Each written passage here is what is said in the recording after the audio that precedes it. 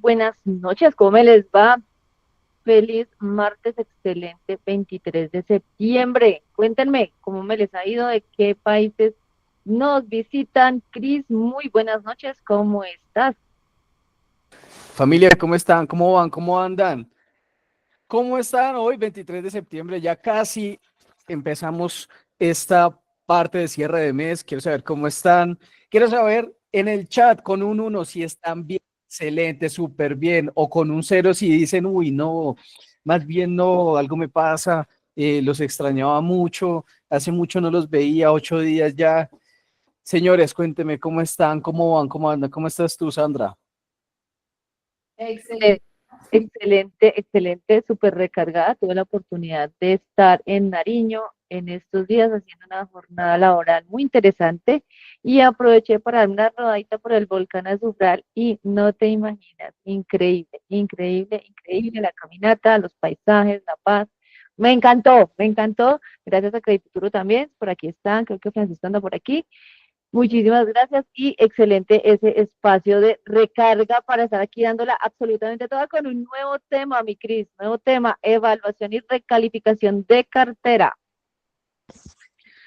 Un tema supremamente importante, normativo, un tema que de verdad, o sea, lo hacemos de septiembre con dos objetivos. El primero, pues, aprender a hacerlo, ¿no?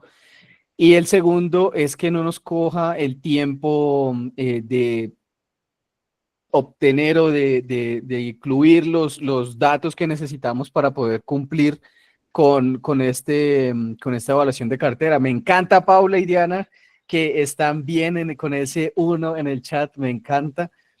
Entonces, claro, no sé si recibieron la guía paso a paso sobre la evaluación de cartera. No sé si alguien me puede confirmar si la recibió. Estaba en la comunidad donde ustedes, pues la idea es que comiencen a tener el criterio suficiente para realizar la evaluación de cartera, ¿verdad?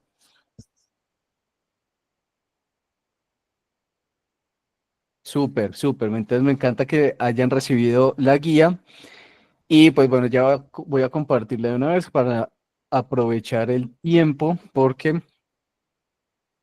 ya se nos va haciendo tardecito. Y bueno, ¿están viendo mi pantalla? Ah, y ahora sí. Es algo un poco chiquito, ¿cierto? Creo que no se puede agrandar más. Ah, espérate, espérate. Ya. Aquí arriba. Ya ahí se ve. Ella alcanza a ver bien. Listo. Súper. Bueno, guía paso a paso, evaluación de cartera versión integral 2025. No sé si alguien antes de arrancar pueda de pronto compartirnos cómo ha sido la experiencia de su evaluación de cartera en este primer semestre. En el primer semestre del 2025, si quedaron dudas, preguntas, si les pareció complicado, de pronto un poco sobre la experiencia que ustedes han tenido, de pronto tú, Sandra, en la evaluación de cartera. Bien, te cuento que en la evaluación de cartera ha habido unos sinsabores un poquito marcados, sobre todo en las organizaciones de economía solidaria acá en Colombia, porque te cuento, mi Cris, que la superintendencia tiene, aquí en la economía solidaria, tiene unos criterios que están establecidos en la regulación, en el capítulo segundo, el título cuarto de la Circular Básica Contable Financiera, y eh, a pesar de que las entidades han tratado, digamos, de hacer una metodología interna, que es el lineamiento regulatorio que cada entidad organice, cree su metodología, la analice, la apruebe, la lleve al comité de riesgos, la haga aprobar por su junta directiva, consejo de administración, consejo directivo, la superintendencia ha cuestionado en gran medida estas metodologías, argumentando pues que no son suficientes, que el incremento de provisiones no se ve, que no se está revelando el riesgo. A varias organizaciones les han enviado carticas de amor, como digo yo, cuestionando esas metodologías y generando también una reflexión acerca de entonces qué vamos a hacer y qué debemos incorporarle para complementar esa metodología en las organizaciones.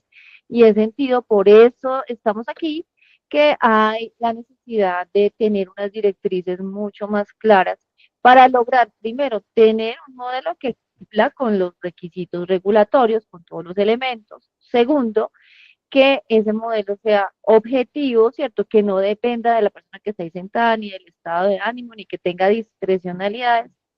Y tercero, pues que sea estandarizado. Entonces, nos aquí precisamente por eso, para atender las necesidades que sus organizaciones tienen.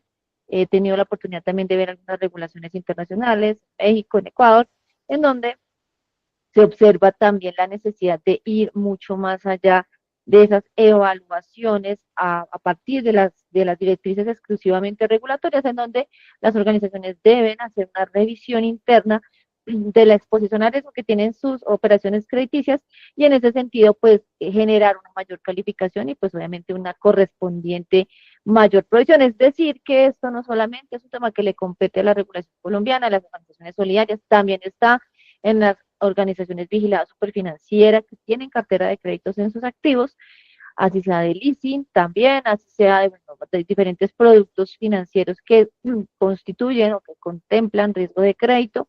Y pues entonces esto es un tema que nos compete absolutamente a todos. Por eso les escribía por acá en el chat de qué país nos visitan para tratar de orientar también un poco los ejemplos hacia la regulación que está vigente en sus países y también escuchar, por supuesto, la experiencia que ustedes han tenido y los retos regulatorios y operativos que han tenido, mi Cris. Súper, me gusta mucho que hablemos el tema de la normatividad. Bueno, pero antes de hacer la pregunta que te voy a hacer, les recuerdo que este espacio es de ustedes. Ustedes pueden levantar la manita, abrir sus micrófonos, pueden opinar, pueden escribir en el chat cuantas veces deseen para solucionar sus dudas. Puede ser de este tema, puede ser del tema de matriz de riesgos que terminamos la semana pasada y que empezamos taller el próximo viernes. Este espacio es de ustedes, entonces pueden hacerlo de la forma que deseen, ¿vale? Por otro lado, bueno, entonces estábamos hablando del tema de la normatividad. Sí, me gusta mucho el tema de que cumplamos y todo esto, pero ¿y esto de qué me sirve? O sea, ¿por qué es importante si en la guía si en la guía nos dice que no solamente debe hacerse por exigencia regulatoria? Es una práctica de gestión que permite conocer la exposición real al riesgo de la cartera de créditos. Si bien de pronto no lo pusieron normativamente, pues yo siento que siempre se pone un control por algún error. ¿Cómo lo hago? ¿Cómo hago la evaluación o cómo tomo la evaluación de cartera para tomarlo de forma positiva, no solamente normativo, y que me ayude a mi organización, también fomentando cultura de riesgos, creía yo? Me encanta esa pregunta que tú me haces y sobre todo la perspectiva que mencionas, porque lo peor que podemos hacer definitivamente es ver la evaluación y recalificación de cartera como un tema meramente regulatorio. Nuestra cartera de créditos está expuesta a diferentes situaciones que pueden llegar a deteriorar su calidad. Y a pesar de que en muchas de nuestras economías existen modelos de pérdida esperada, Cris, estos modelos se fundamentan básicamente en variables de morosidad. Y las variables de morosidad es un hecho cierto que de alguna manera me ayudan a proyectar ese comportamiento futuro, pero que si no está presente la mora, tengo que esperar hasta que la persona, hasta que el crédito esté en mora, para saber, ¿cierto?, en esa recalificación realmente si la exposición al riesgo puede llegar a ser mayor o no. En ese sentido, es valiosísimo que nosotros podamos analizar las diferentes variables que realmente pueden llegar a afectar el perfil de riesgo y la capacidad de pago de un deudor, que son en últimas las variables principales que pueden llegar a incidir sobre la calidad de nuestros portafolios y también la de las garantías. Les voy a colocar un ejemplo. Cuando nosotros usamos un fondo de garantías de primeras pérdidas, fondos de garantías privados, como acá en Colombia, en donde las coberturas se dan por el monto de los recursos que están en esas bolsitas que se administran para hacer la cobertura y por alguna razón la cobertura se acaba, ¿cierto? Porque hubo un deterioro grande en la operación o hubo recurrencia, se nos acaban los recursos, hay otra cartera que aparentemente está cubierta con fondo de garantías local, ¿cierto? Lo cual le correspondería con una garantía no idónea, por ejemplo, a la luz de la normativa. Sin embargo, a la hora del té, como dice uno, realmente esa cartera está completamente expuesta, porque ya mirándola en esencia, la garantía, la cobertura ya no existe, porque el fondo se acabó a pesar de que nominalmente lo tengas incluido.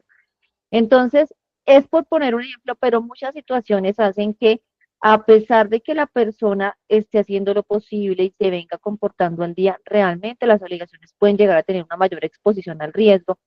Y aquí en Colombia hay un dicho, no sé si ustedes lo han escuchado afuera, el que pega primero pega dos veces.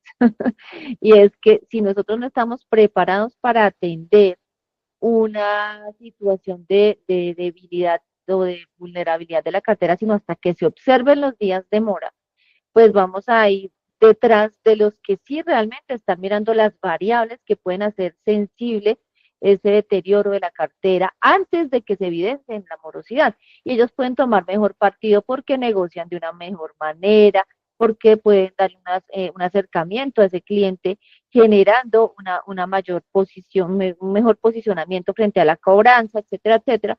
Y entonces no solamente se convierte en una herramienta para generar más provisiones, que es como se ve a veces, sino una mejor herramienta de negociación. Si usted prestó de su bolsillo, usted tiene plata en su bolsillo y usted prestó $20,000 y ve que alguien tiene como problemas y todavía le sigue pagando, pero usted ve que se quedó sin trabajo y que está pidiendo prestado para pagarle, usted sabe que en algún momento ese problema va a reventar, entonces usted se puede acercar con esa persona y decirle, ven, tú qué me puedes dejar en garantía adicional, qué podemos hacer, cómo podemos negociar para que tú me puedas pagar esa obligación y sea pues a mí la primera persona a que tú le pagues. Entonces, en ese escenario, hasta para negociar una deuda, pues va a generarse una mejor posición para tener una mayor cobertura de provisiones y sobre todo para revelar la realidad de la exposición al riesgo de la cartera de créditos, que no se va a ver únicamente con un modelo de pérdida esperada o peor aún en las regulaciones que aún están teniendo pérdida incurrida, es decir, provisiones derivadas directamente por la morosidad. Nosotros necesitamos ser prospectivos, necesitamos anticipar. La gestión de riesgos tiene que ver precisamente con esa capacidad de anticipar y poder mitigar lo que puede llegar a suceder hacia futuro, porque obviamente siempre va a ser mejor, como dice el dicho, prevenir que entrar a curar. Super, yo quiero que en el chat nos ayuden. Yo tengo una pregunta, o sea, yo tengo una duda frente a, pues realmente me acaban de surgir dos. Número uno, ¿tú crees que las entidades sí están viendo la evaluación de cartera tal cual como tú lo dices o simplemente quieren cumplir? Y ya voy con la segunda. Yo creo que no se ha tomado una conciencia y porque no se le ha dado la suficiente profundidad en la utilidad que tiene. Aparece, digamos, desde una perspectiva regulatoria, un poco, como te digo, en un ambiente en el cual hubo una volatilidad, una recurrencia en el cambio de las normas, pasamos del modelo de pérdida incurrida al modelo de pérdida esperada y pues encima fortalecen o hacen más exigente la metodología de evaluación de cartera que ya venía, pero pues se tomaba de manera un poco más relajada. Entonces todo esto generó un choque que se visualiza en un incremento en provisiones y por lo tanto en una afectación directa al modelo de pérdidas, perdón, al gasto, ¿cierto? Con lo cual se afecta al estado de resultados, pero no se ha permitido, digamos, la maduración de esos beneficios y de esa necesidad que se tiene realmente de revelar el riesgo, no de cara únicamente, como les digo, a constituir provisiones. Creo que hay una falta de concientización en qué hago con esa evaluación de cartera, además de tener un deterioro, indicadores más altos y mayores provisiones. Ahora, ¿eso para qué me sirve en la toma de decisiones? Y creo que en ese punto específico podemos nosotros generar un valor agregado bastante importante que hoy día no se conoce, por lo tanto las entidades en su mayoría están tratando de cumplir la norma, porque como te digo, hay muchas carticas de amor que se han escrito desde los entes de regulación y control de las organizaciones, cuestionando la metodología, los resultados, indicando que no se hace una correcta revelación de riesgo. Súper. ¿Alguna experiencia que tú hayas tenido haciendo evaluación de cartera últimamente o antes? O sea, una experiencia fuerte que te digas, mejor dicho, si yo no hacía la evaluación de cartera, pasaba esta cosa. O no sé, alguna experiencia fuerte. Quiero de pronto interiorizar en la primera vez que lo hiciste, porque me imagino que lo hiciste con un montón de errores, como bien Claro puede ser que normal. sí. Claro que sí, lo que estamos hablando siempre es cuando uno lo hace sin mentor, uno lo hace por ensayo y error y en ese proceso llegar al punto donde uno quiere llegar realmente pues es bastante costoso en términos de resultados, en términos de tiempo, ¿cierto? Y claro que sí, yo fui novata en la evaluación de cartera, generé una metodología con unas ponderaciones y esas ponderaciones acompañaban cada uno de esos criterios y entonces dependiendo de los resultados se afectaba en una o dos calificaciones y entonces era una metodología en la cual primero las ponderaciones eran subjetivas porque no se había tenido como una metodología específica para saber de dónde iba a pesar más, por ejemplo, una solvencia que unas garantías, o dónde iba a pesar más, por ejemplo, una evaluación de las personas en centrales de riesgo que un servicio de la deuda interno, a cuento de que porque una variable pesa más que otra. Y por otra parte, cuando ya se ve el impacto que esto va a generar en los indicadores y en los estados financieros, hay una propensión bastante fuerte a que en los comités de riesgos y en los consejos o juntas, consejos de administración o juntas directivas, se cuestione el pero ¿por qué me va a meter esas provisiones? ¿Qué necesidad? Si el cliente está al día, ¿para qué lo vamos a tocar?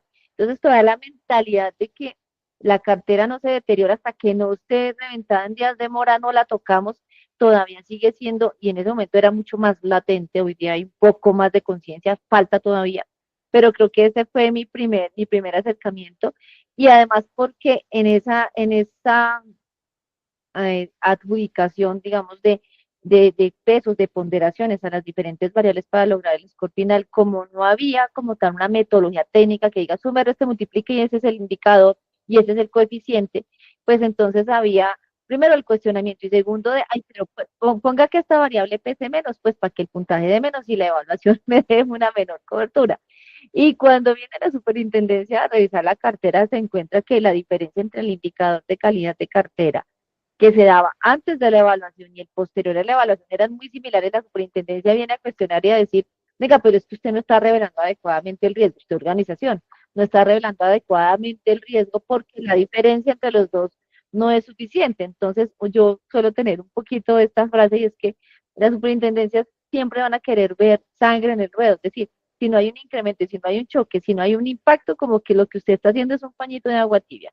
Y por el otro lado está la organización tratando de protegerse de no tener provisiones adicionales, cuando realmente lo que está en juego, lo que está en la mitad es una adecuada, correcta revelación del riesgo. Si yo tengo unas libranzas y mis libranzas están impecables, históricamente he demostrado que hacia afuera estén mis deudores un poco complicados o que mis deudores afuera no se complican porque son muy conscientes, porque hacemos una buena tarea, porque aquí tenemos una correcta conciencia de manejo de finanzas personales, porque tenemos una política de no sobreendeudar a los asociados y toda mi cartera es a cuento de que yo tengo que hacer un deterioro. Pero si yo tengo por el otro lado una política bastante agresiva, ¿cierto? En donde yo estoy constantemente dándola toda para que mi cartera no se deteriore en el día a día, tratando de salvar cada crédito, pero sé que esos créditos están expuestos en mayor medida, pues yo debería tener una revelación de riesgo mucho más fuerte. Eso depende de cada nicho de mercado, de cada operación, y entender eso, pues obviamente lleva tiempo y llegar a una metodología en la cual se atiendan todos los criterios normativos de manera objetiva, en donde no dependa de tu criterio ni del comité, ni si le parece, si no le parece, sino que está revelada exactamente la exposición al riesgo, ¿cierto? De la organización en cada una de las variables que se utilizan, pues obviamente genera muchísima más tranquilidad, mucha más transparencia y he logrado, he percibido, digamos, que la generación de provisiones y el indicador es mucho más real, es mucho más correlacionado, identifica mucho más la operación de cada organización, que si la organización es conservadora, pues sus impactos van a ser más pequeños, que si la organización es un poco más agresiva, he visto como pues también la metodología pues va a ser mucho más fuerte y con un plus y es que en donde ha estado esta metodología, la superintendencia no ha hecho cuestionamientos y creo que esa es la condecoración principal, ¿cierto? Que adicional a que sí estamos revelando el riesgo, pues no ha habido cuestionamientos por parte del ente de supervisión y control. Súper, súper bien. Me imagino todas esas vivencias, o sea, ya en el en vivo, cuando tú no sabías, mejor dicho, ni cómo, o sea, qué metodología utilizar. Si nos vamos a la guía, dice que se requiere una metodología definida y objetiva con criterios claros y medibles que permita identificar tempranamente señales de deterioro, analizar la evolución del perfil de riesgo de clientes y asociados, anticipar incumplimientos y tomar decisiones oportunas y proteger los recursos de la entidad y asegurar su sostenibilidad. Yo le tengo una pregunta al chat y es, no sé cómo decirla. ¿Qué tan difícil es para ustedes hacer la evaluación de cartera?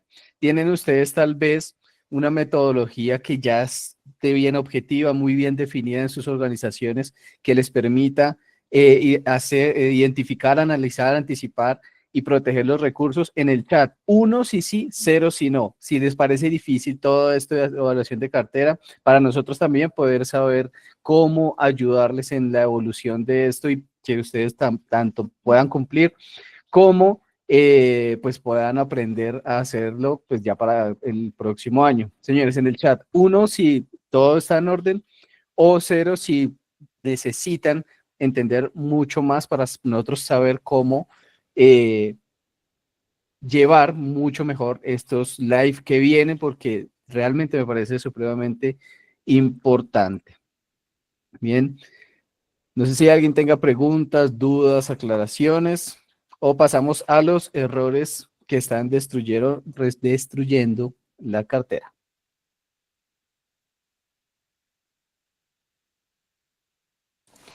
Paula nos dice cero. Ahora estoy entendido. Francisco Urbano, cero. Muy bien. Cero. Ok, ok. Diana, ok. Wow, tenemos trabajo, señores, porque justamente estos live es para poder ayudarles, ¿vale? ¿Qué crees que es lo más difícil que esté pasando, Sandra? ¿Será una metodología? ¿Será cultura? Recuerden que ustedes pueden abrir sus micrófonos en el momento que deseen, ¿listo? Pueden interrumpirnos cuando quieran. ¿Qué creen que falte? ¿Qué Yo crees que... Yo creo que falta un poco de orientación sobre cómo construir una metodología objetiva, porque al momento de que te dan 7 criterios y tú tienes que con eso armar una metodología, sin una receta de cocina, como digo yo a veces, pues obviamente ahí hay un campo de acción grandísimo y está la orden del día. Entonces, cada quien seguramente en su creatividad va a tomar esos 7 insumos y yo te voy a colocar cómo hacer un menú, ¿cierto? Habrá quien coja 7 insumos que te dieron. Voy a poner un ejemplo muy coloquial, muy coloquial, pero a alguien le dieron unas papas, unos plátanos, unas mazorcas y alguien que diga, ay, yo voy a hacer un asado y está perfecto.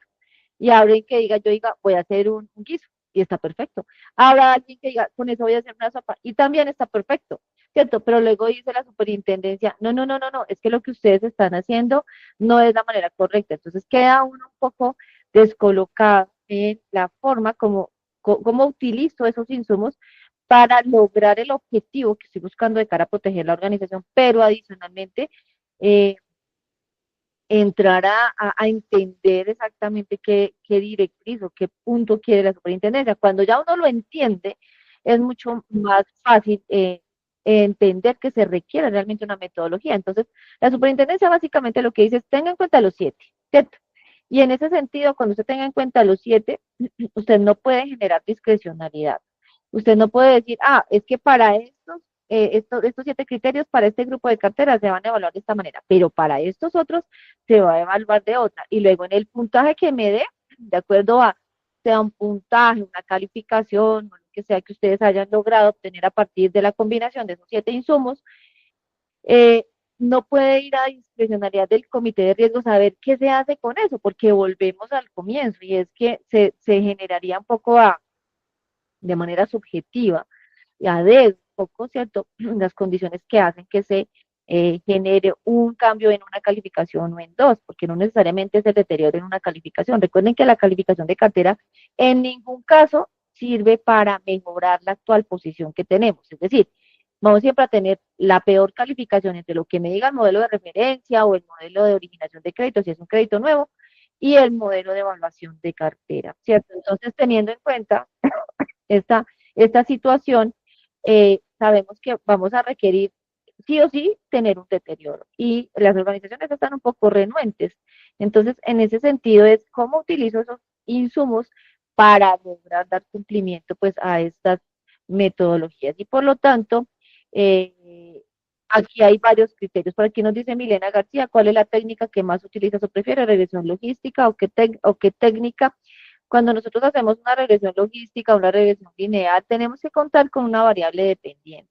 Y esa variable dependiente entraría a ser nuevamente una variable de mora, ¿cierto? Y en ese sentido es como construir nuevamente un modelo de scoring, podríamos trabajar una variable con demora mayor a el estándar o al mínimo regulatorio que implique incumplimiento según la modalidad de crédito, 90 para consumo, por ejemplo, 120 para comercial, esa puede ser una, pero puede ser un poco engorroso. Y es una fórmula que es estática en el tiempo. Nosotros construimos una metodología de índices de desviación que vamos a ir desarrollando, sobre todo en nuestro taller, en la cual aplicamos criterios absolutamente técnicos que son dinámicos y se retroalimentan en el tiempo, y esa es la favorabilidad.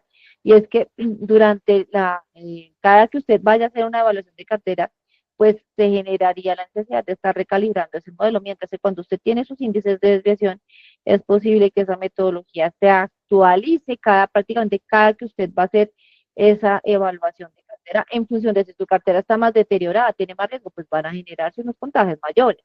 Si su cartera ha mejorado, usted va a recoger esa información y de manera inteligente usted va a poder tener unas variables que son muchísimo, unas puntuaciones que son muchísimo más eh, cercanas a lo que realmente refleja el riesgo de su cartera. Entonces, y es una metodología que es muy sencilla de aplicar. Entonces, realmente, pues hay metodologías, hay varias, cuando se usa regresión lineal, a pesar de que se tiene una metodología objetiva. Como consecuencia, sí les puedo decir que evidencia unos incrementos, sobre todo en aquellas organizaciones que tienen más exposición al riesgo, unos incrementos sustanciales en provisiones y en indicadores. Entonces, se trata también de mantener esa revelación adecuada de la exposición al riesgo de crédito, contemplando las 7 variables. Además, un punto importante que tú tocabas que me acordé, porque yo en algún momento lo trabajé, y es que cuando se construye la regresión logística o la regresión lineal, resulta que de los 7 criterios quedaron 3 o quedaron 2, pero la norma me dice que se tiene que utilizarlos todos.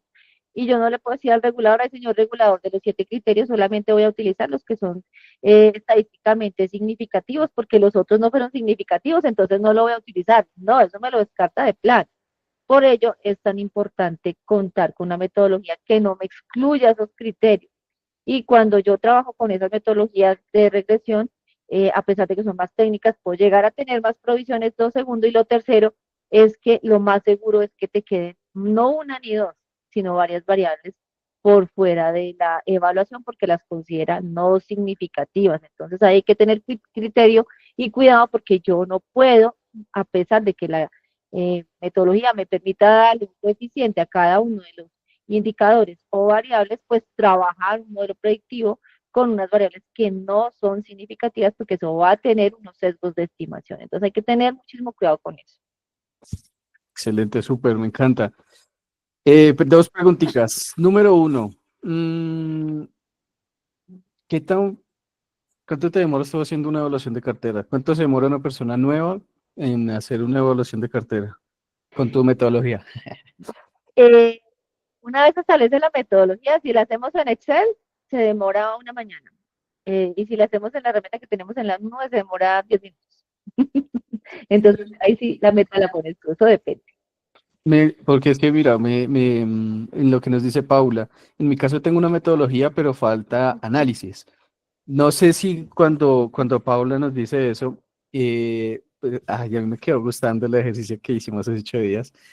¿Te imaginas tú poder hacer un asistente de evaluación de cartera que nos ayude con el análisis? ¿Les gustaría? Pero quiero saber si les gustaría tener un asistente y si ya han utilizado el que hicimos hace 8 días, ¿cómo o no sé si alguien ya lo utilizó, cómo les fue?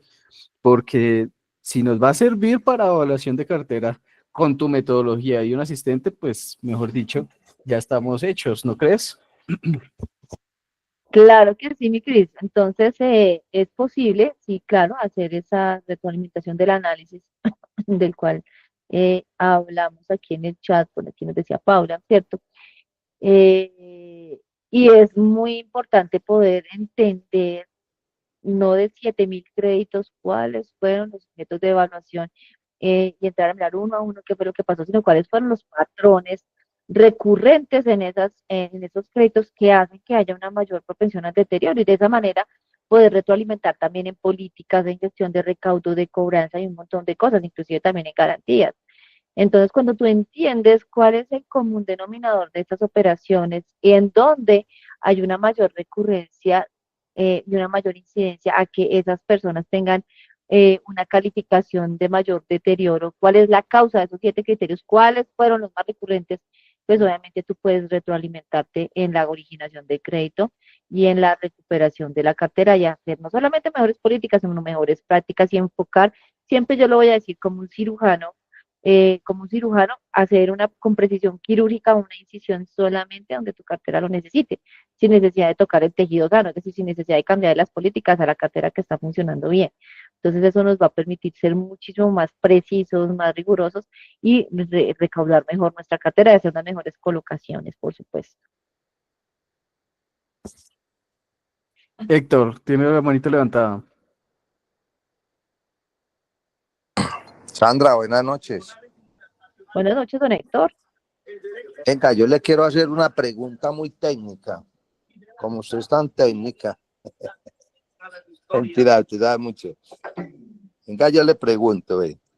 Lo que pasa es que, ¿qué está sucediendo con los fondos de empleados?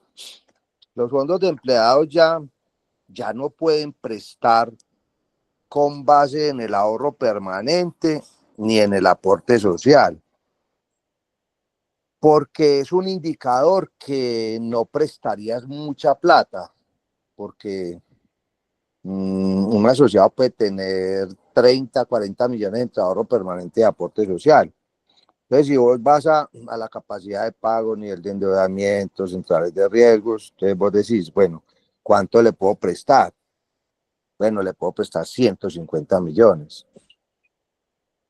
Pero para ese riesgo como tal, porque la garantía es muy poca frente al ahorro permanente del aporte social, ¿qué sería lo ideal para que estos fondos creen como, no sé si será un apetito de riesgos, no sé si será una limitante de unos topes establecidos, porque ya no hay topes por ahorro permanente ni aporte social, sino las garantías, porque muchos asociados dicen, no, es que a mí el banco no me pide tanta garantía como me la está pidiendo usted, entonces se van para el banco.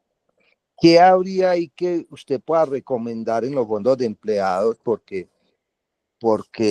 los niveles de ahorro son bajos para medir que se le preste con base en los ahorros.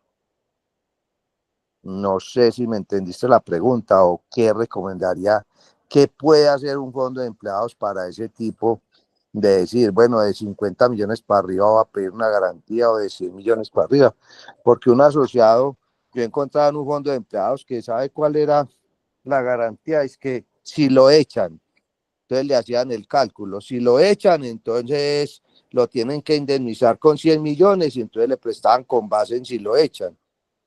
Muchas gracias, Sandra. Claro que sí. La actividad de colocación de crédito siempre es una actividad de riesgo, ¿cierto? Por ello es tan importante, y sobre todo para los fondos de empleados, tener un criterio amplio en la evaluación del perfil de riesgo, que no es solamente ir a leer centrales de riesgo si tuvo moras o si no, sino entender cómo está endeudada esa persona, entender también la capacidad de pago para precisamente no entrar a tener solamente una capacidad de descuento, sino una capacidad de pago real porque yo puedo decir, la persona tiene libre su mesada de salario, su mesada pensional, lo que sea, ¿verdad? O no tiene libre, tiene capacidad, pero resulta que yo la miro afuera y tiene operaciones activas de crédito en cantidades industriales y su capacidad de pago no le da, pues yo no me puedo confiar únicamente en la capacidad de descuento. Entonces, en ese sentido también es importante tener la conciencia de la capacidad de pago. Y es más útil pensar en cuánto vamos a prestar de endeudamiento juntando lo que la persona debe en el sector financiero, en los reportes que se tienen y en lo que esa persona me está contando, porque a veces le debe a la tía, al usurero, al gota a gota, etcétera, ¿cierto? ¿Cuánto debe en veces sus ingresos? Entonces deberíamos considerar en veces el endeudamiento máximo como veces los ingresos. Y tú has tocado un punto importante, más allá de la liquidación en cuanto le toca, es importantísimo, sobre todo para fondos de empleados, evaluar cuál es la rotación la rotación de personal que tiene esa empresa. Hay empresas que tienen unos contratos a término fijo, obra o labor. Pues un error grandísimo va a ser pretender colocar cartera a 60 meses o financiar. Estoy colocando un ejemplo ya muy extremo, una vivienda, ¿cierto? A 22 años, 20, 22 años, que es lo que se está colocando ahorita. Cuando nosotros sabemos que hay una relación laboral de la cual depende el pago de esa obligación, que es muy corta. Es más, ni siquiera para un crédito de 60 meses. Nosotros debemos generar unas políticas que sean acordes a la exposición al riesgo y para ello es importante tener en cuenta el tipo de contrato y la rotación. A veces también tenemos personas que tienen un contrato a término indefinido, pero hay empresas en donde, me van a perdonar, no les para el personal, porque tienen un ambiente muy tóxico, porque la carga es muy pesada, o porque sencillamente las personas sienten que no se desarrollan allí, sobre todo si están contratando personas muy jóvenes, ellas tienden a generar también mayor rotación, que es una de las variables que hay que tener en cuenta. Entonces, hay varias variables que deberían tenerse en cuenta. Estoy completamente de acuerdo contigo, hacerlo con aportes sociales, con reciprocidades, aportes sociales y ahorro permanente puede quedarse muy corto, eso ya no me está generando realmente una revelación de riesgo. Afuera esa persona va a tener oportunidades de crédito más importantes que van a hacer que pues, el fondo de empleado se quede un poco limitado en su crecimiento, pero no quiere decir que entonces vamos a evaluarlos a todos con la misma medida, y parte de ello precisamente es lo que nosotros proponemos aquí en la evaluación de cartera, y es mida cada quien de acuerdo a su perfil de riesgo, qué tanta solvencia tiene, qué tantas variables están teniendo un rol relevante en su participación de riesgo. En este caso, por ejemplo, además de los criterios que tiene la norma, por aquí alguien me preguntaba, Diana Velasco, creo, ¿puede utilizar más variables en las mínimas, más que las mínimas regulatorias para la evaluación de cartera? Mi respuesta es sí, porque eso me está diciendo que ustedes están pensando en una segmentación de cartera. Y es, por ejemplo, si yo tengo unas personas que son asalariadas a término indefinido o a término fijo, eso ya cambió totalmente el mundo. Con libranza o sin libranza, otra vez me cambió el mundo. Entonces, en ese sentido, tener ese tipo de segmentaciones me lleva a contemplar variables adicionales que van a hacer un mejor perfilamiento del cliente, usuario asociado, no solamente para la evaluación de cartera, sino también para el otorgamiento de crédito. Por lo tanto, es importantísimo lograr segmentar la cartera, entender el mercado objetivo, porque no hay una regla, tómese un acetaminofén en toda la industria, no, eso no existe. Hay que hacer un análisis de cada uno de los mercados, de cada una de las instituciones, de cómo está su relación con la pagaduría, qué tipo de contratación tiene la pagaduría, qué tan estable es la pagaduría, ¿cierto?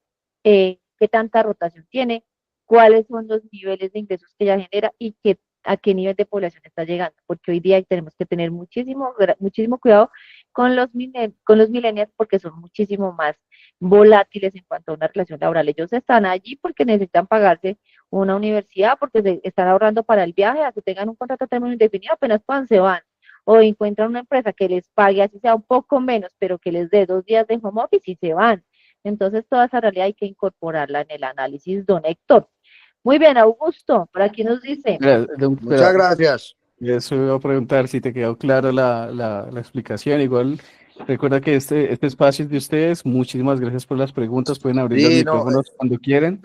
Y perdón, me dio un tic ahí de segmentar esa partecita de cómo hacer una desmaterialización de los ingresos versus cómo puede él repartirlo y cómo puedo segmentar yo al interior. Muchas gracias. Mucho gusto. Excelente, don Héctor. Don Augusto, consultas. A su De criterio, pronto ahí para complementar lo que tú decías, y es que ya los aportes sociales entran implícitamente como garantía del modelo de pérdida esperada, en el valor expuesto del activo. Entonces también como recomendación al compañero, porque pues como devolviéndonos al ejemplo que daba, un asociado que tenga 50 millones, las entidades solidarias normalmente utilizan un multiplicador, ¿verdad? Le prestamos hasta 3 veces lo que tengan sus aportes o ahorros permanentes, ¿cierto? Entonces hay que mirar también esa exposición o sobreexposición que vamos a empezar a tener de ahora en adelante, porque cuando ya aterricemos el modelo de pérdida esperada, ya estos aportes sociales nos están contando implícitamente como garantía. correcto, muchísimas gracias por esa apreciación, porque además, como tú lo dices, ya se tiene en cuenta dentro de las garantías. Y porque yo les voy a ser muy franca, si a una persona que tiene un ingreso de 20 millones, que solamente tiene 2 millones en sus aportes sociales, le va a prestar 6, pues él coge esos 6 millones de pesos, se retira de la entidad y se va a buscar en una entidad financiera alguien que le dé mejoras alternativas. Entonces, hasta comercialmente es un tema de una limitante, ¿no? Y más allá de cuánto me da en reciprocidad, lo que yo tengo que, como organización, tener la habilidad de medirle es cómo está su perfil de riesgo, cuál es su capacidad de pago y en procura de eso que le voy a pedir de garantías. No le prestamos a la garantía, no le prestamos a la garantía. En efecto, los aportes sociales y ahorro permanente se convierten en una garantía. Nosotros colocamos flujo de caja para recuperar flujo de caja y esto aplica no solamente para aportes sociales, sino también aplica para casas, carros, fincas, yates o todo lo demás que me quiera traer el asociado cliente usuario como garantía. Bueno, vamos ahora sí con don Augusto. Nos consultas, nos dice, a su criterio, ¿qué es más importante, la evaluación cualitativa o la cuantitativa? Hay que tener las dos evaluaciones de cartera, porque yo no puedo desconocer, por ejemplo, en la metodología que nosotros trabajamos tenemos una fuente idónea, recurrente de información que se genera para evaluar la calidad de la cartera por actividades económicas. Yo no puedo desconocer, por ejemplo, una situación como la pasada pandemia, vamos a irnos al extremo, en donde todo lo que era recreación, todo lo que era turismo, todo lo que era bares, restaurantes, pues muchos quedaron quebrados y muchos otros quedaron con unas deudas importantes que fue necesario reconsiderar, refinanciar. Y esto se debió a una afectación de su capacidad de pago que venía originada por una variable cualitativa que era su actividad económica.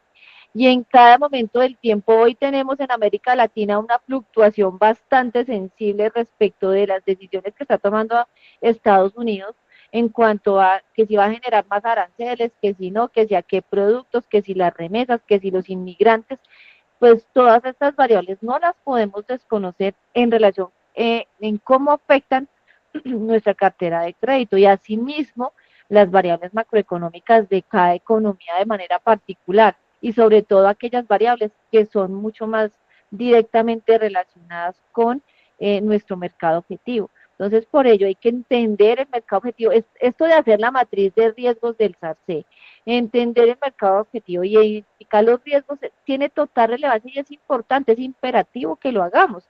De otra manera, ¿cómo vamos a colocar controles?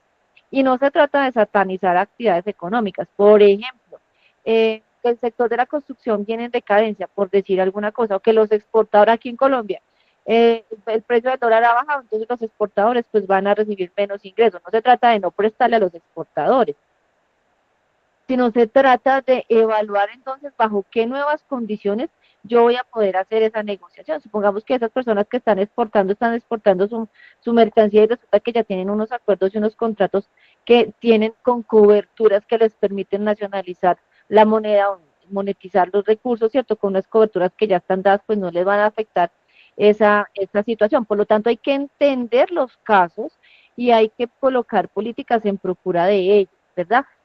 Pero eso no depende, como les digo, esto no es una receta que es para todo el mundo, colóquese una inyección de penicilina para todos y ya no, porque eso depende mucho del mercado objetivo que atiende cada organización y ese es el valor agregado, señores. que a ustedes les va a quedar mucho más fácil cubrir ese mercado que afuera de pronto un banco o una entidad más grande no financia porque ese sector está muy complicado, pero si usted entra a entenderlo y usted entra a colocar unos controles, usted va a poder atender ese mercado de manera mucho más eh, controlada, ¿cierto? Y va a tener un mercado que de pronto afuera no se está atendiendo. Si nosotros todos queremos la pulpa, como se dice por ahí, ¿cierto? Queremos lo gruesito, lo chévere, lo carnudito del mercado, vamos a tener un poco más de dificultades porque ese es el mercado que todos están guerreando con mejores tasas, mejores condiciones, mejores plazos. Entonces, por ello también es muy importante tener en cuenta no solamente variables cuantitativas, sino cualitativas. La segunda pregunta, en la evaluación de cartera el objetivo es originar bien, pero usted cree más importante que ese seguimiento de cartera, las dos cosas. Usted tiene que hacer un buen perfilamiento del cliente, pero el que lo haga, si usted va a colocar un crédito a 5 años, el cliente asociado, usuario, se casa, se divorcia, compra perro, tiene hijos, compra casa, la vende, hace mil cosas, tiene un empleo, lo pierde, monta un emprendimiento, le va bien, le va mal, porque él sigue su vida.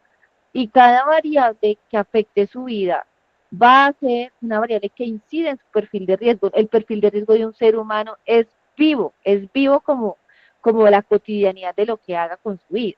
Y en ese sentido nosotros debemos tener la responsabilidad de hacer una buena evaluación al momento de la originación de cartera, pero no nos basta y no podemos conformarnos de manera muy corta de espíritu, muy tranquila, ¿cierto?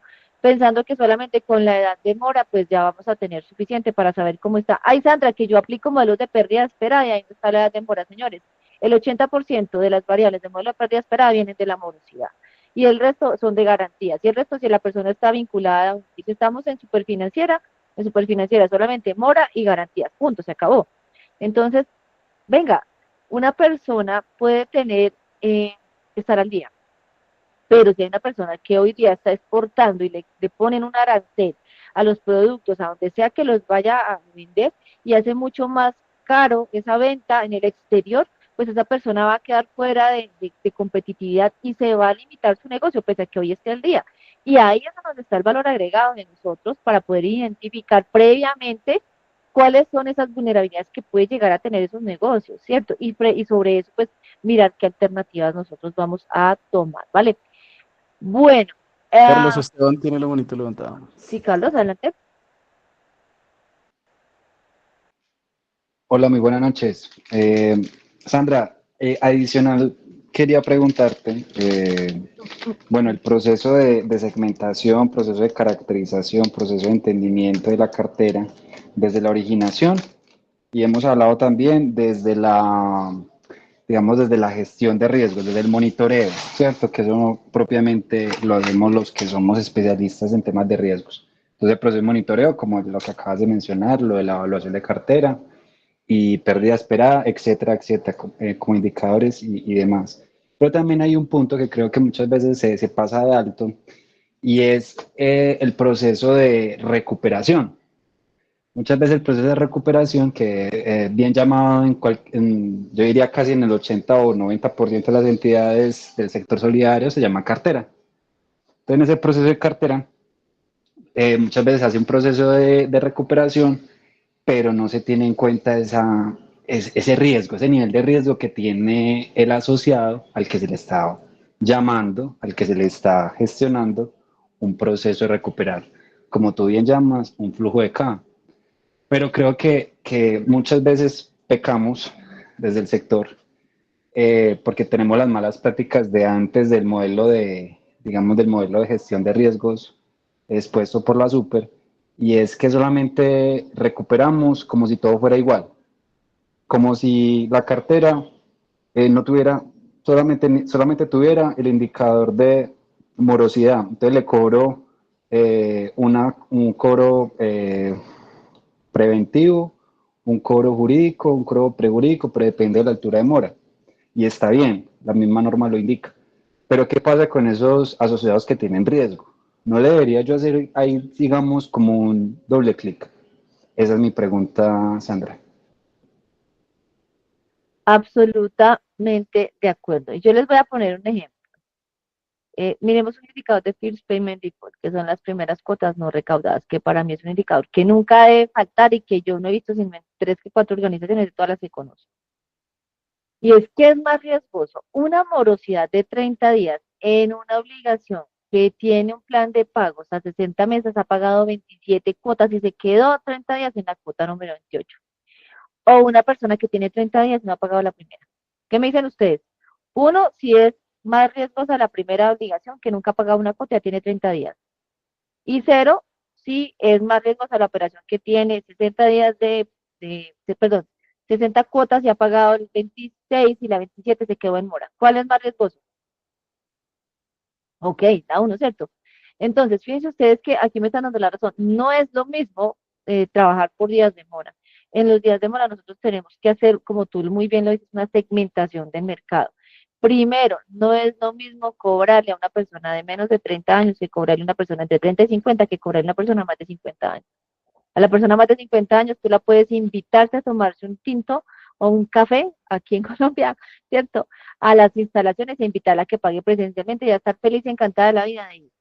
A la persona de entre 35 y 50 años, tú le puedes decir que haga una transferencia bancaria, etcétera, etcétera, y que puedes manejarlo de esa manera. Pero a una persona que tiene menos de 30 años, tú le tienes que abrir el portafolio de posibilidades para que haga pagos por Nequi, por Plata, por Transfilla, por donde sea.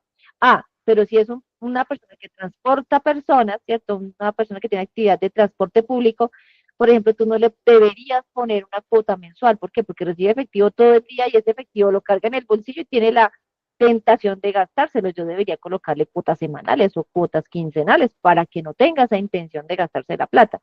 Entonces, todo esto hace que cuando nosotros entendemos el mercado podemos comprender de mejor manera cómo funciona él, qué es lo que esa persona busca de acuerdo a su edad, de acuerdo a la zona geográfica. Yo no le puedo decir, tenemos 30 posibilidades de pagos electrónicos a una persona que vive, no sé, 50 kilómetros adentro estoy poniendo un ejemplo, de la cabecera municipal en donde no tiene internet. Yo tengo que, si voy a atender ese mercado, yo tengo que disponibilizar a que esa persona va a bajar a hacer la compra del mercado al pueblo cada X tiempo, entonces ahí es donde le tengo que coger la plata o tengo que colocar un motorizado que vaya y le recoja la plata hasta allá si no es muy riesgoso.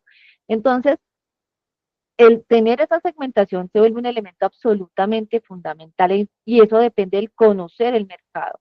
Y ese conocimiento del mercado no aplica solamente para el momento de la colocación de crédito, sino que va muy de la mano también con el seguimiento y lo que tú mencionabas de la recuperación de cartera, porque en última instancia eso es lo que nosotros queremos.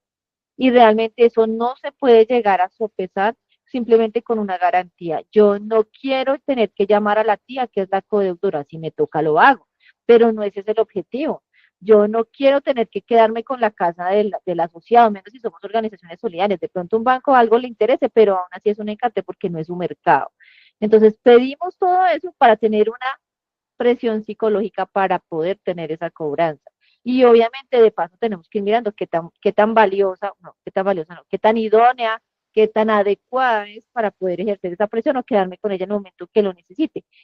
Pero si yo voy pensando que la persona no tiene capacidad de pago, que la persona tiene un perfil de riesgo que tiene bastantes fisuras, llamémoslo de una manera elegante, ¿cierto?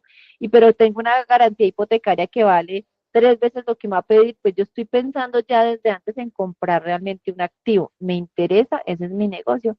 Y adicionalmente, pues en despojar a la persona de su patrimonio, que creo que ninguno de los que estamos aquí queremos eso para nuestros usuarios de crédito. Entonces, en resumidas cuentas, es importantísimo tener una segmentación y esa segmentación, más allá de tener una segmentación estadística en donde me diga cuáles son las variables de endeudamiento y demás, yo lo veo mucho más sencillo. La segmentación depende del mercado objetivo.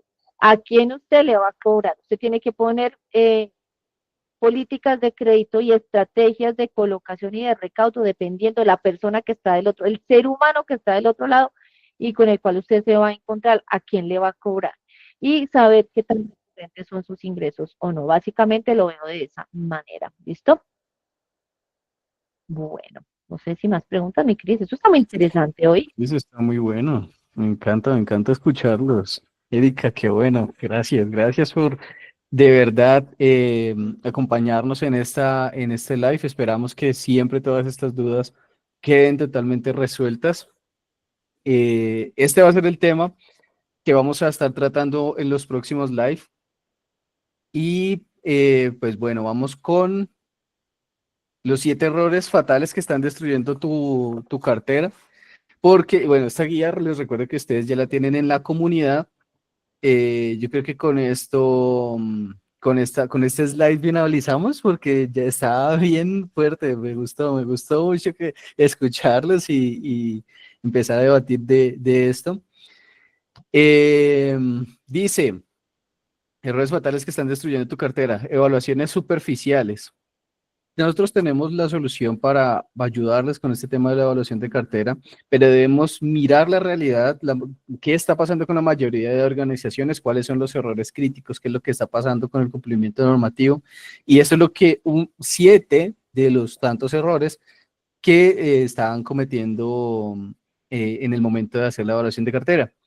Evaluaciones superficiales, revisar únicamente días de mora sin analizar capacidad de pago real, ignorando señales tempranas de deterioro que podrían detectarse con metodologías apropiadas. Ah, y por ahí me encontré una pregunta de Diana. Actualmente el incremento de las insolvencias, yo te dije que le iban a hacer. Me encanta, bien, Diana, excelente. Ahí yo digo que hay muchos elementos. La primera, tenemos parte de responsabilidad, la respuesta es sí. Hay parte de mala fe, lamentablemente la respuesta es también.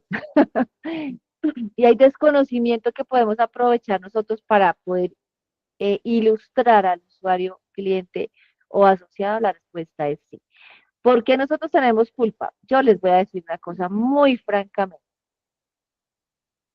Eh, Cuando una persona está desesperada por tener un crédito, ahí ya me debe generar una alerta. Cuando tengo muchísimo afán, debo entender cuál es la naturaleza de ese afán y si es que esta persona tiene algún tema, ¿cierto? Alguna variable que nosotros no hayamos identificado y por ello le urge tener el crédito porque sabe que está a punto de que le reviente, por ejemplo, un tema como la insolvencia.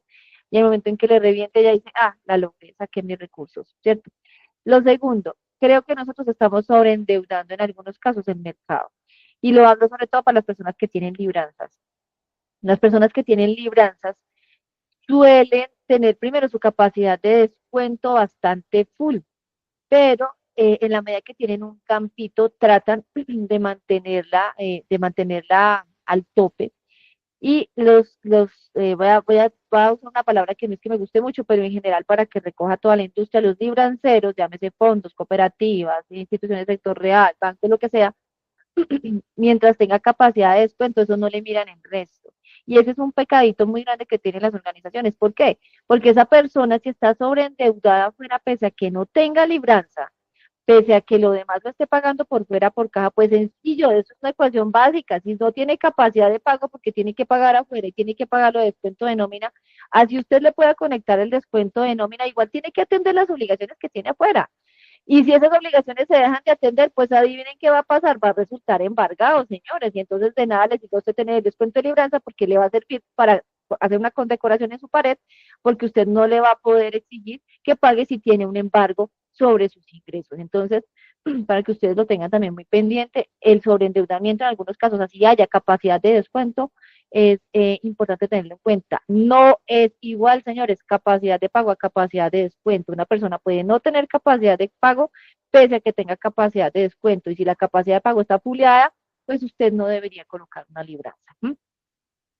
El otro tema es que a nosotros se nos olvidó como organizaciones que tenemos una responsabilidad social frente a esas personas. Y la responsabilidad social no solamente de hacer la buena obra como se piensa, sino también es esa responsabilidad de recuperar los recursos, ya sea recursos del público, si usted es banco, cooperativa, fondo de empleados, o los recursos de los accionistas o los recursos de las obligaciones financieras que usted ha contratado si es del sector real.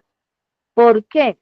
Porque se nos volvió paisaje un poquito el pensar que nosotros debemos, al momento de hacer la originación de crédito, considerar la capacidad de pago como la fuente, como una de las variables fundamentales para hacer esta colocación de crédito y a veces en aras de querer un crecimiento del cumplimiento de una meta, negociamos ciertas variables, o como lo decían por aquí hace un momentico que yo mencioné el tema de las garantías, porque tiene una garantía, yo me voy a quedar con la garantía, y realmente eso no me mitiga el riesgo de crédito en estricto sentido, porque yo quiero flujo de caja yo coloco flujo de caja para recaudar flujo de caja, yo no me quiero quedar con fincas, carros, casas, porque se me vuelve un costo y un gasto adicional, porque ese no es mi negocio como organización, a menos que sí lo sea. Entonces, en ese sentido, considero que es absolutamente importante tener muy claro que cuando nosotros estamos hablando de una insolvencia, el hacer la educación financiera, el hacerle entender a esa persona que en vez de comprarse una camioneta Toyota que le vale 180 millones de pesos y que nosotros le podemos prestar 90 millones porque para eso le da la capacidad de pago, que si él sale a buscarse la otra plata que le falta allá afuera, no va a ser capaz de pagarla. Y sencillamente va a perder lo que él ha ahorrado para el capital propio que está apostando y no va a tener la capacidad de pagar en ninguna parte y finalmente se va a quedar sin camioneta, sin plantes, sin plata, mal reportado, con problemas jurídicos y etcétera. Entonces, en esa tarea que nosotros no estamos haciendo, creo que tenemos una oportunidad de oro y es enseñar a las personas a manejar sus finanzas.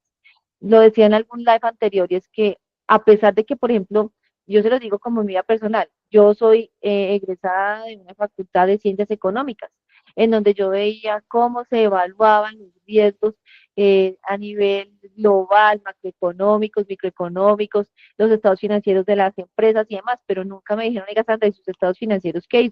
¿Y su inteligencia financiera y sus finanzas personales para cuándo? No, y no podemos pretender que un docente, que una persona que se dedica, un químico, que una persona que es ingeniero civil, eventualmente tiene una buena formación de su casa o ha adquirido eso a través de la vida, pero definitivamente en las universidades, en lo que sea que le ha tocado vivir, académicamente es muy difícil que eso se dé.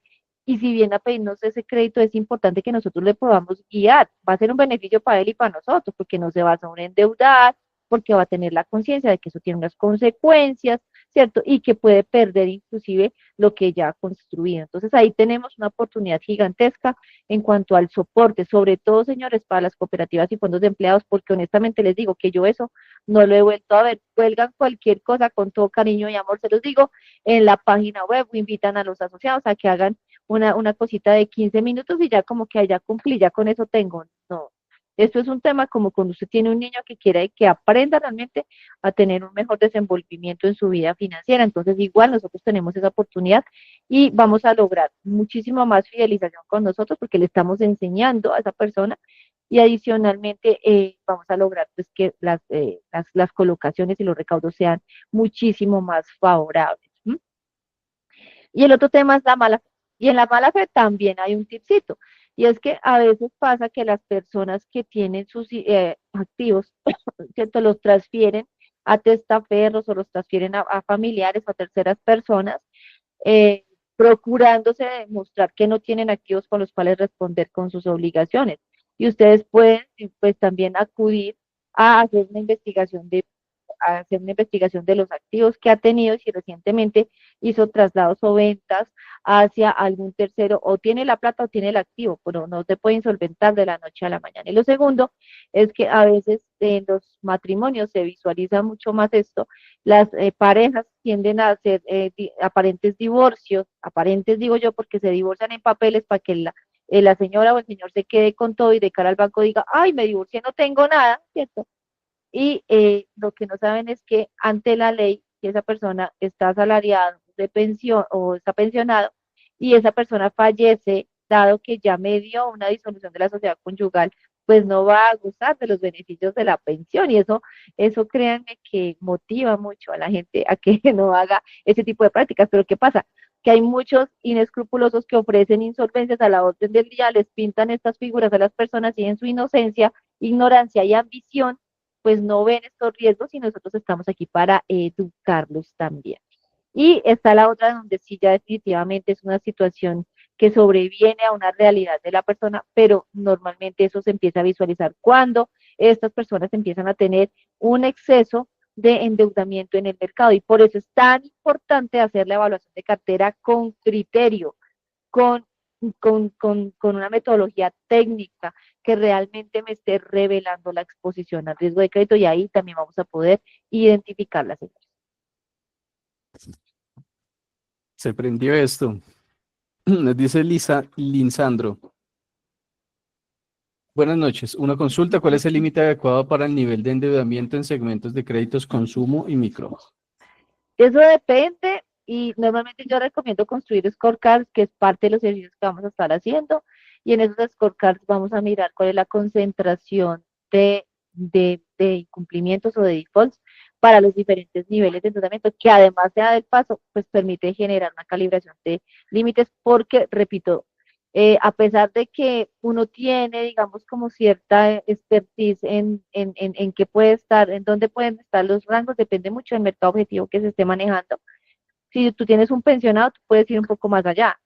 Si tú tienes una persona que es asalariada y es de carácter estable, tú puedes ir menos que el pensionado, pero también tener una mayor estabilidad. Si tú vas con un micro, el micro se comporta diferente, o un crédito productivo se comporta diferente en los primeros 2 años de vida. Téngale cuidado, con un 40% ya es suficiente de endeudamiento, pero si el micro tiene un poquito más de madurez, tú puedes ir un poco más allá. Entonces, depende mucho del mercado objetivo.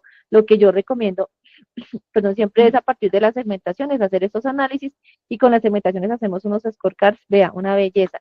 Esta mañana precisamente estábamos haciendo unos con una cooperativa, que creo que por aquí hay una persona de esa cooperativa, y estamos haciendo los scorecards, y cuando ustedes hacen esas tablas dinámicas hermosas por criterios de las variables, categorías, si es una continua, la categoriza, esas tablas hablan por sí mismas, y ahí podemos identificar los puntos adecuados, o podemos aplicar también metodologías estadísticas a partir de diferencia de medias, encontrar cuál es el punto adecuado, tan técnico como ustedes lo quieran, para darles un referente muy de mano alzada, que puede tener un sesgo y un error bastante grande, porque, como les digo, esto es como recetar que usted le duele la cabeza, tómese un acetaminofén, pero no saber por qué le duele la cabeza.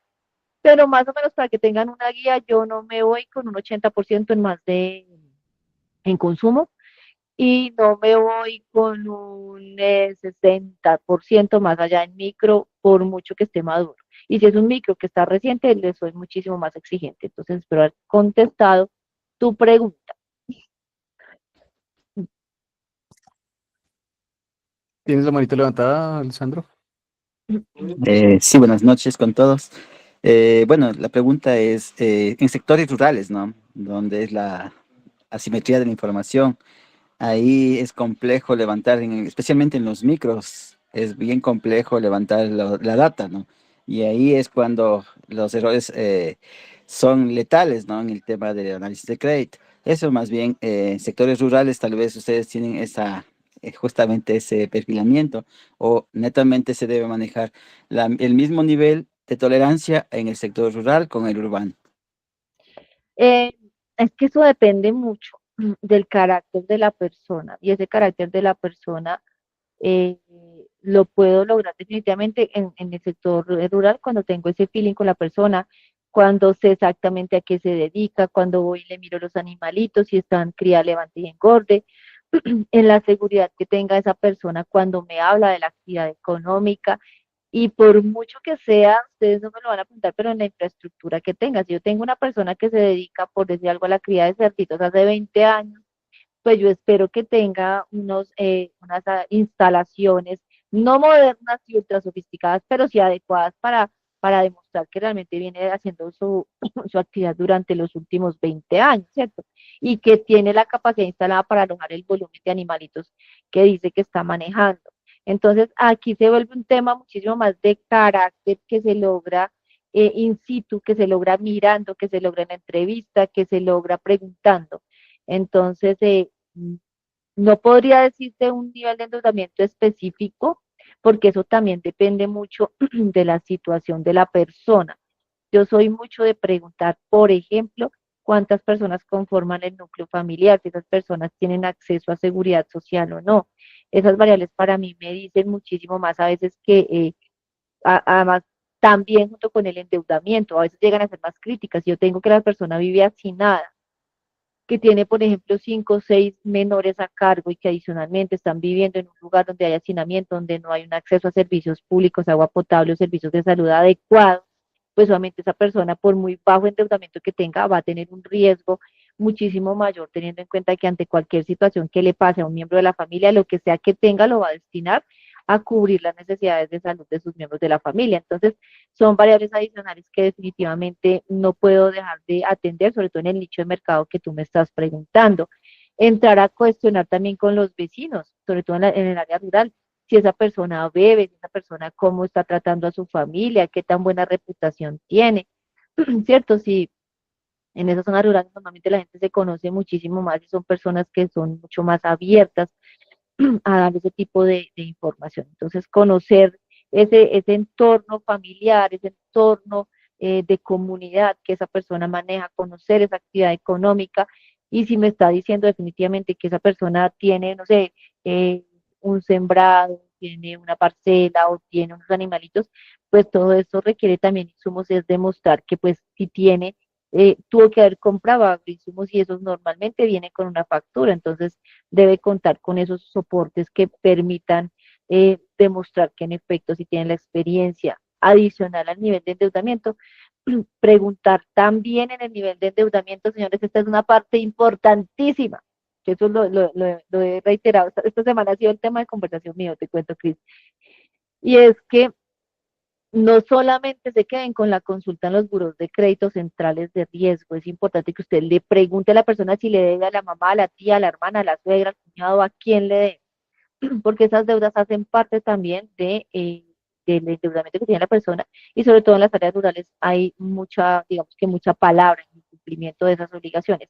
Y lo peor, nunca, pero nunca, yo no sé, creo que tú eres ecuatoriano, por lo que pude intuir, nunca se les puede pasar por alto, porque aquí en Latinoamérica se ve muchísimo, y aquí en nuestro nicho, digamos, de Colombia, Perú, Ecuador, el tema de los usureros, de los gota a gota. Entonces, siempre les voy a decir, no hay cobrador más convincente que un usurero. Entonces, créanme que por muy alta que sea la tasa que esa persona esté pagando, esa persona siempre va a preferir pagarle al usurero que pagarle a la institución. ¿Por qué? Porque sus mecanismos de cobranza son tan convincentes y tan peligrosos que no va a poner en riesgo sus activos, sus bienes y su familia. Entonces, ahí tenemos una oportunidad también para hacer esa sensibilización, esa capacitación ese acompañamiento para que la persona deje de usar ese canal. No se trata de que venga, yo le recojo la deuda y luego al otro día otra vez usted pide un crédito con el usurero, porque estamos en las mismas y peor, pero sí para lograr trasladar todo eso. Y la manera de hacerlo es preguntando. Y tú tocas un tema muy importante, que tiene que ver eso con la evaluación de cartera, que a veces nosotros nos contentamos únicamente con ir a consultar centrales de riesgo, mirar históricamente cómo está, tenemos una garantía, hacemos como todo automático, señores, y la actualización de datos, ¿para cuándo quedó? Entonces, yo tengo como organización la obligación y el asociado cliente usuario en el formulario de solicitud de crédito se comprometió a actualizar la información conmigo, pero esa información no puede ni muchísimo menos estar activa solamente la última actualización, sino que yo debo guardar la traza para saber si esa persona tenía primero unos ingresos, así sea por lavado de activos también es necesario. Yo tenía unos ingresos de 100 no sé, de $1.000, y luego se volvieron 1.500 y luego se volvieron $2.000, ¿cierto? Ah, bueno, viene creciendo gradualmente sus ingresos.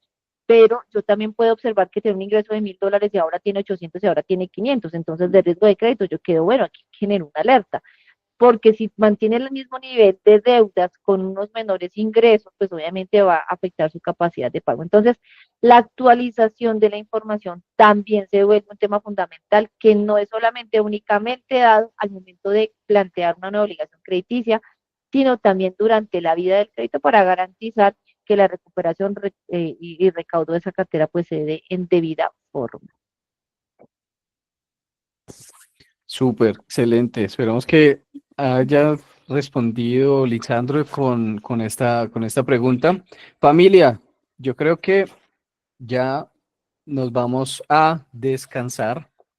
Tenemos dos noticias. Número uno, la otra semana vamos con premio doble. ¿Listo? Nos vemos obviamente, el tema principal de este mes, de este próximo mes, es la evaluación de cartera. ¿vale? Sin embargo, nos han pedido de forma interna otro tema. Este tema es algo referente al riesgo de liquidez, ¿sí? Es un tema prospectivo para proyectar los IRL mensuales, ¿vale? Cristian, entonces, ¿qué va a pasar con evaluación de cartera? Tranquilos, nos vemos, vamos a ver, por eso les digo, vamos a tener premio doble la próxima semana. El 30, dentro de 8 días, nos vemos con proyección de los IRL mensuales y el miércoles seguimos con la evaluación de cartera. ¿Listo? Cristian, ¿por qué premio doble? Bueno, facilito porque ustedes se lo merecen. Muy bien. Entonces, es importante que podamos seguir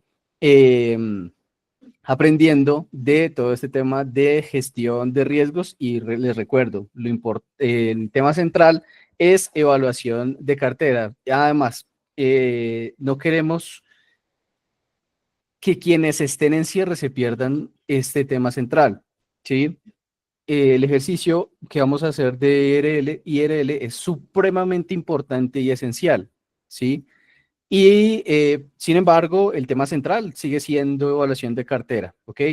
Entonces, el 1 de octubre, a la misma hora, a las 7 de la noche, es miércoles, vamos a seguir con el tema de evaluación de cartera, porque pues no me dejaron ni seguir con la guía, que igual ustedes ya tienen.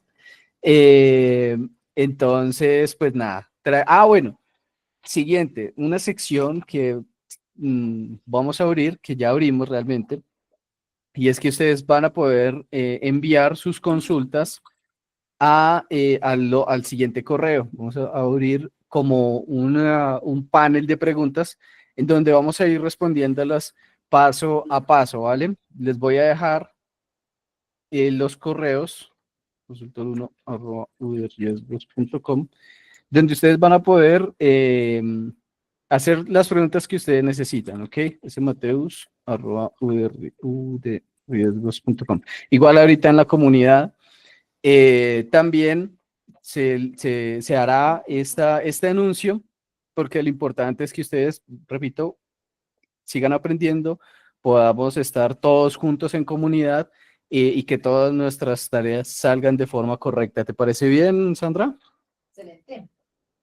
Excelente, excelente. Aquí estamos para que utilicen este espacio, como siempre lo hemos mencionado, y lo que necesiten, aquí al correo, ya Cristian nos había dado entonces ese canal. Aprovechen estos espacios, por favor. Sí, canales oficiales, el correo electrónico, eh, para poder hacer sus preguntas, no sé, que estaban en el día y les pasó algo en la operación y no saben qué hacer. Bueno, escribamos y las respuestas se harán aproximadamente entre viernes y sábado, ¿vale? Para que igual estén pendientes a sus correos. ¿Les parece bien? ¿Están correctos? ¿Está bien? Uno en el chat si estamos bien y ya nos podemos ir tranquilos porque esto de verdad está súper, súper calientísimo y la próxima semana también, bueno, para las personas que tomaron el taller de matriz de riesgos, bueno, entonces sería premio triple para las personas que tomaron el taller, porque arrancamos también el 3 de octubre con la introducción. Si necesitan información del taller de matriz de riesgos, también lo puede hacer por correo electrónico o al WhatsApp a los administradores de la comunidad. Y pues bueno, creo que no es más. Aquí yo hago Sí, una claridad, sí, las preguntas que vamos a hacer son específicamente de los lives que hemos estado haciendo, porque pues obviamente la capacidad instalada no da para contestarles a todos de todas las preguntas a cualquier hora que ustedes puedan generar. Me encantaría poder hacerlo, créanme que sí, pero pues no me da para el compromiso. Entonces, lo que vamos a hacer es a contestar esas preguntas en los lives para que ustedes puedan tener en esos espacios esas preguntas. Señores, muchísimas gracias, mi Cris, muchísimas gracias a todos los asistentes, que mi Dios me los bendiga, excelente noche, que descansen, que sueñen con la evaluación de cartera, no mentiras, descansen bien, y nos vemos en el siguiente live, me encanta saludar. familia, excelente noche, dulces sueños, un abrazo. Chao, chao.